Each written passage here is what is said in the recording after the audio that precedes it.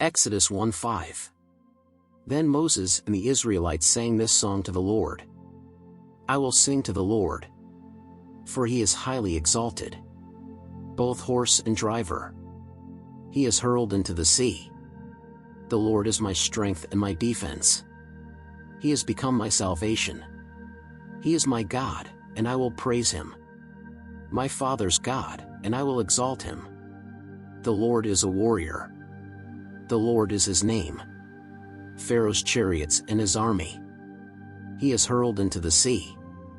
The best of Pharaoh's officers are drowned in the Red Sea. The deep waters have covered them.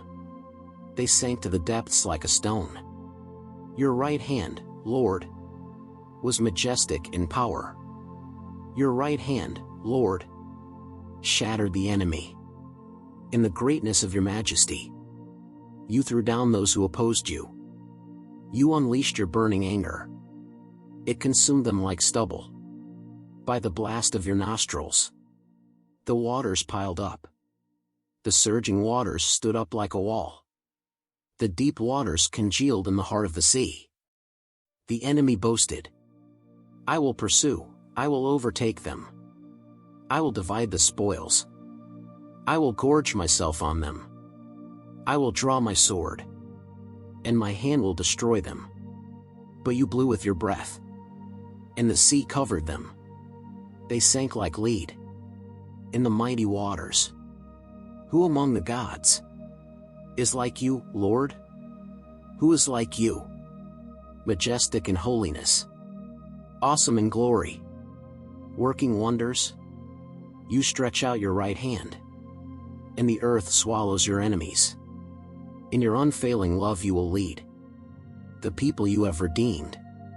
In your strength you will guide them to your holy dwelling. The nations will hear and tremble. Anguish will grip the people of Philistia. The chiefs of Edom will be terrified. The leaders of Moab will be seized with trembling. The people of Canaan will melt away. Terror and dread will fall on them. By the power of your arm, they will be as still as a stone. Until your people pass by, Lord. Until the people you bought pass by. You will bring them in and plant them on the mountain of your inheritance, the place, Lord, you made for your dwelling. The sanctuary, Lord, your hands established. The Lord reigns forever and ever.